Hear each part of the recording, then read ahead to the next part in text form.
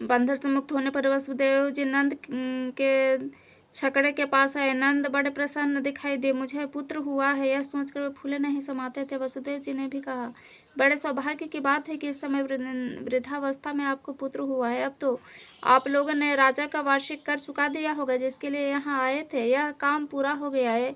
यहाँ किसी श्रेष्ठ पुरुष को अधिक नहीं ठहरना चाहिए। नंद जी, सब कार्य हो गया, तब आप लोग क्यों यहाँ बैठे हैं? शीघ्र अपने गोकुल को जाइए। वहाँ रोहिणी के गर्भ से उत्पन्न मेरा भी एक बालक है, उसका भी अपने पुत्र की भांति लालन पालन कीजिएगा।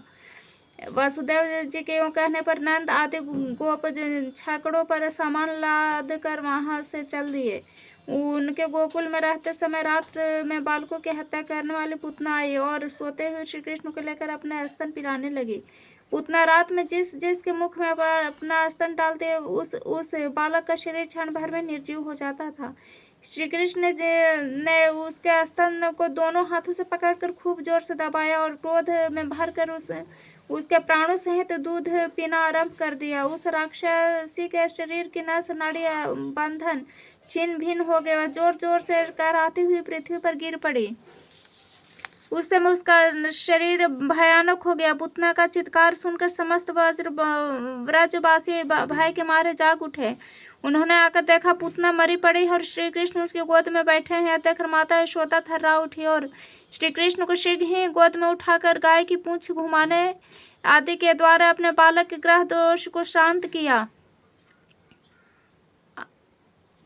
नंद ने भी गाय का गोबर ले श्री कृष्ण के मस्तक में लगाया। उनके रक्षा के करते हुए इस प्रकार बोले, समस्त प्राणियों की उत्पत्ति करने वाले भगवान हरि, जिनके नाभि कमल के संपूर्ण जगत का उत्पन्न हुआ है, तुम्हारी रक्षा करे। जिनकी दाढ़ के अग्रभाग में रखी हुई है पृथ्वी संपूर्ण जगत को धारण करते हैं, वे बराह रूपधारी केशव तुम्हारी रक्षा करे। तुम्हारे गुदा भाग और उदर की रक्षा भगवान विष्णु तथा जंघा और चरणों की रक्षा श्री जनार्दन करें, जो एक ही क्षण में वामन से विराट बन गए। 3 पगों से सारी त्रिलोकी को नाप कर नाना प्रकार के अस्त्र शस्त्रों से संपन्न दिखाई देने लगे। वे भगवान वामन तुम्हारी सदा रक्षा करें।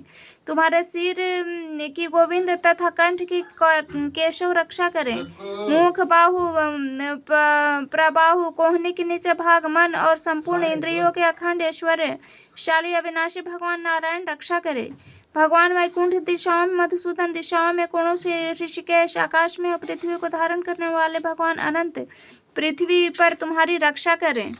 इस प्रकार नंद गोप द्वारा स्वास्थ्य वाचन होने पर बालक श्री कृष्ण छाकड़े के नीचे एक खटोले पर सुलाए गए। गोपों को मरी हुई पुतना का विशाल शरीर देखकर अत्यंत भय और आश्चर्य हुए। एक दिन की बात है, मधुसूदन श्री कृष्ण छकड़े के नीचे सोए हुए थे। उस समय ये दूध पीने के लिए जोर जोर से रोने लगे। रोते रोते उन्होंने अपने दोनों पैर ऊपर की ओर फेंकने आरंभ किए। उनका एक पैर छकड़े से छू गया। उनके हल्के आघात से ही वह छकड़ा उलट कर गिर गया। उस पर रखे हुए मटके और घड़े आदि टूट फूट गए। उस समस्त गोपियां हाहाकार करती हुई वहां पहुंची। उन्होंने देखा बालक श्री कृष्ण उतान सोए हुए हैं। तब गोपों ने पूछा, किसने इस छकड़े को उलट दिया? वही कुछ बालक खेल रहे थे। उन्होंने कहा, इस बच्चे ने ही गिराया। यह सुनकर गोपों के मन में बड़ा आश्चर्य हुआ। नंद गोप ने अत्यंत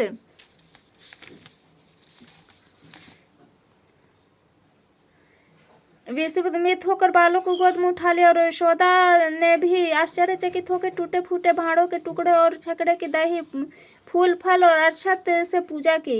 एक दिन वसुदेव जी की प्रेरणा से गर्ग जी गोकुल में आए और अन्य गोपों से छिपे छुपे ही उन्होंने उन दोनों बालकों के द्विजोचित संस्कार किए। उनके नामकरण संस्कार करते हुए परम बुद्धिमान गर्ग जी ने बड़े बालक का नाम राम और छोटे का श्री कृष्ण रखा। थोड़े ही दिनों में दोनों बालक महाबलवान के रूप में प्रसिद्ध हो गए। घुटनों के बल से चलने के कारण उनके दोनों घुटनों हाथों में रगड़ पड़ गई थी। वे शरीर में गोबर और राख लपेटे इधर उधर घुमा करते थे।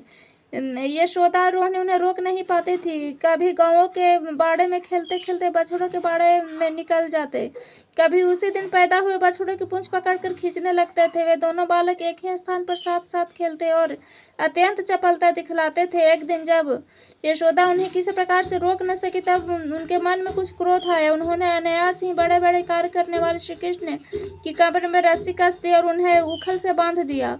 उसके बाद कहा, ओ चंचल, तू बहुत उद्यम मचाता है। अब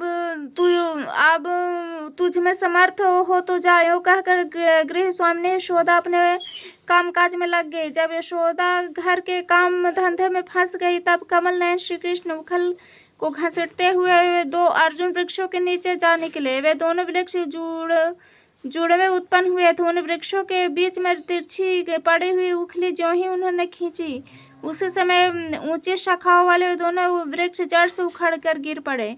वृक्षों के उखाड़ते समय बड़े जोर से गड़गड़ाहट की आवाज हुई। उसे सुनकर समस्त ब्रजवासी कातर भाव से वहां दौड़े आए।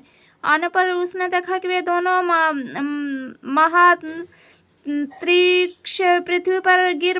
वृक्ष पृथ्वी पर गिरे पड़े हैं। उनकी मोटी मोटी डालियां और पतली शाखाएं भी टूट टूट कर बिखर गई हैं। उनके दोनों बीच में बालक श्री कृष्ण मंद मंद मुस्कुरा रहे हैं। उनके खुले हुए मुख में थोड़े से दांत झलक रहे हैं। उनकी कमर में खूब कसकर रस्सी बंधी हुई। उदर में रस्सी बांधने के कारण श्री कृष्ण की दामोदर के नाम से प्रसिद्धि हुई। तदंतर नंद आदि समस्त बड़े बूढ़े गोप, जो बड़े बड़े उत्पातों के कारण बहुत डर गए थे, उद्विग्न होकर आपस में सलाह करने लगे। अब हमें इस स्थान पर रहने की कोई आवश्यकता नहीं। मैं किसी दूसरे महान वन में चलना चाहिए। यहाँ नाश हेतु भूत अनेक उत्पात देखे जाते हैं, जैसे पुतना का विशाल छकड़े का उलटना और बिना आंधी वर्षा के ही दोनों वृक्षों का गिरना। अतः अब हम विलंब न करें, शीघ्र यहाँ से वृंदावन को चल दें। जब कोई भूमि संबंधी दूसरा महान उत्पात ब्रज को नष्ट न कर दे, तब तक ही हमें इस व्यवस्था कर लेनी चाहिए। इस प्रकार वहां से चले जाने का निश्चय करके समस्त ब्रजवासी अपने अपने कुटुंब के लोगों से कहने लगे, शीघ्र चलो, विलंब न करो। फिर तो एक ही क्षण में सैकड़ों गौओं के साथ सब लोग वहां से चल दिए। बछड़े चरवाहे झुंड के झुंड एक साथ होकर उस बछड़ों को चराते हुए चलते थे। ब्रज का वह खाली किया हुआ स्थान अन्न के दाने बिखरे होने के कारण क्षण भर में कौवे आदि पक्षियों से व्याप्त हो गया। लीलापूर्वक सब कार्य करने वाले भगवान श्री कृष्ण गौओं के अभ्युदय की कामना से अपने शुद्ध अंतःकरण के द्वारा नित्य वृंदावन धाम का चिंतन किया। अतः अत्यंत रुक्ष ग्रीष्म काल में भी वहां सब और वर्षा काल की भांति नई नई घास जम गई। वृंदावन में पहुंचकर समस्त गोप गौओं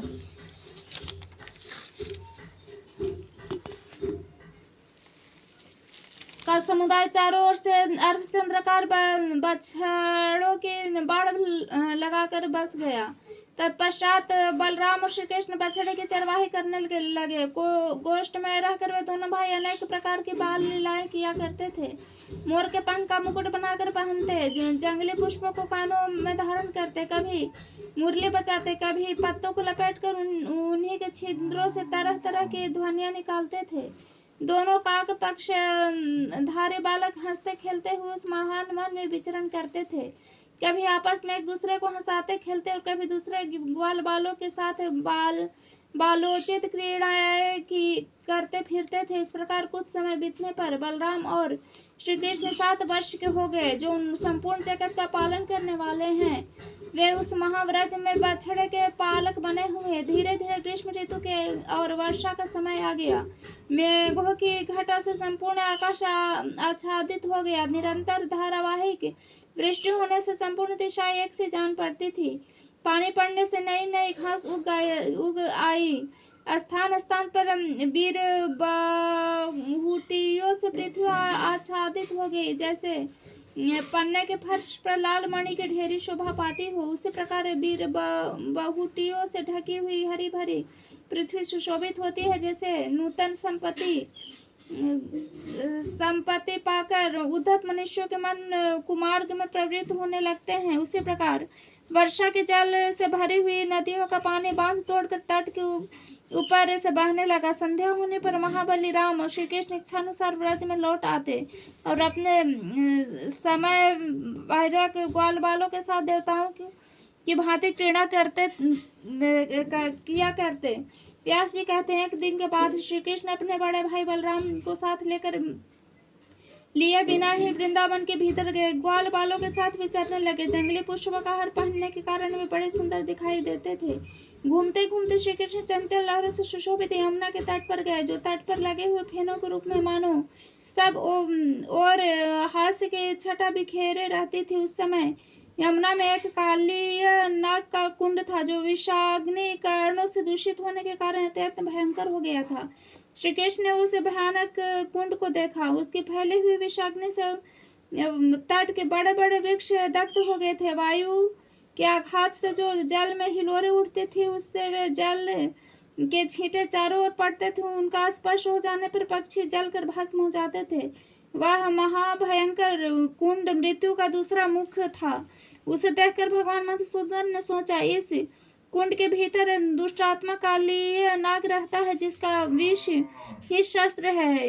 इसने यहाँ सागर गामिनी यमुना का सारा जल दूषित कर दिया है। प्यास से पीड़ित मनुष्य अथवा गौवे इस जल को उपयोग नहीं कर सकते। अतः मुझे नागराज काली का दमन करना चाहिए, जिससे सदा भयभीत रहने वाले ब्रजवासी यहाँ सुखपूर्वक विचर सके। मैंने मनुष्य लोक में इसीलिए अवतार धारण किया है, इस कुमारगामी दुरात्मा को दंड देकर राह पर लाऊं।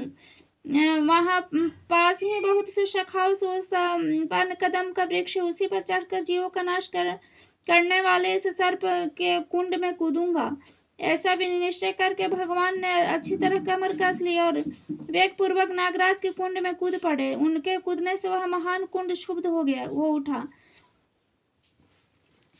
पानी में हिलोरे उठी। बहुत दूर के वृक्ष के भीग गए। सर्प के विषाग्नि द्वारा तपे हुए जल के भीगने के कारण वे सभी वृक्ष सहसा जल उठे। चारों दिशाओं में आग की लपटें फैल गई। उस नाग कुंड में पहुंचकर श्री कृष्ण अपने भुजाओं पर ताल ठोंकी। उसका शब्द सुनकर नागराज उनके पास आया। उनके नेत्रों क्रोध से लाल हो रहे थे। उसके फणों से विषाग्नि लपटें निकल रही थी और भी बहुत से विषैले नाग उसे घेरे हुए थे। सैकड़ों नाग पत्नियां भी वहां उपस्थित थी, जो मनोहर हार पहनकर बड़ी शोभा पा रही थी। उनके अंगों के हिलने डुलने के कानों के चंचल कुंडल झिलमिला रहे थे। सर्पों ने श्री कृष्ण को अपने शरीर में लपेट लिया और विष की ज्वाला से भरे हुए मुख द्वारा उन्हें डसने लगा। श्री कृष्ण को कुंड में पड़कर नाग के फणों से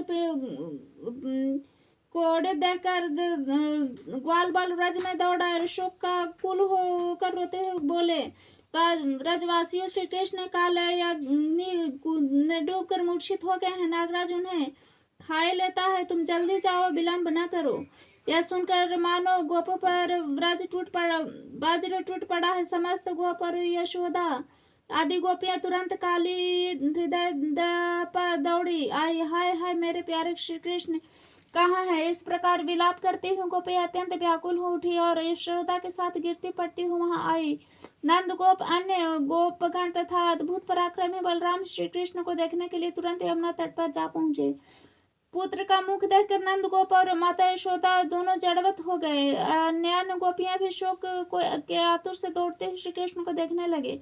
वे भय से कातर होकर गदगद वाणी से प्रेम पूर्वक बोली, अब हम सब लोग यशोदा के साथ नागराज के महान कुंड में प्रवेश करें। अब ब्रज में लौटना हमारे लिए उचित नहीं है। भला सूर्य के बिना दिन और चंद्रमा के बिना रात कैसी? दूध के बिना गाय और श्री कृष्ण के बिना ब्रज किस काम का? हम श्री कृष्ण के बिना गोकुल में नहीं जाएंगी। गोपियों के वचन सुनकर रोहिणी नंदन महाबली बलराम ने देखा गोपगण बहुत दुखी हैं।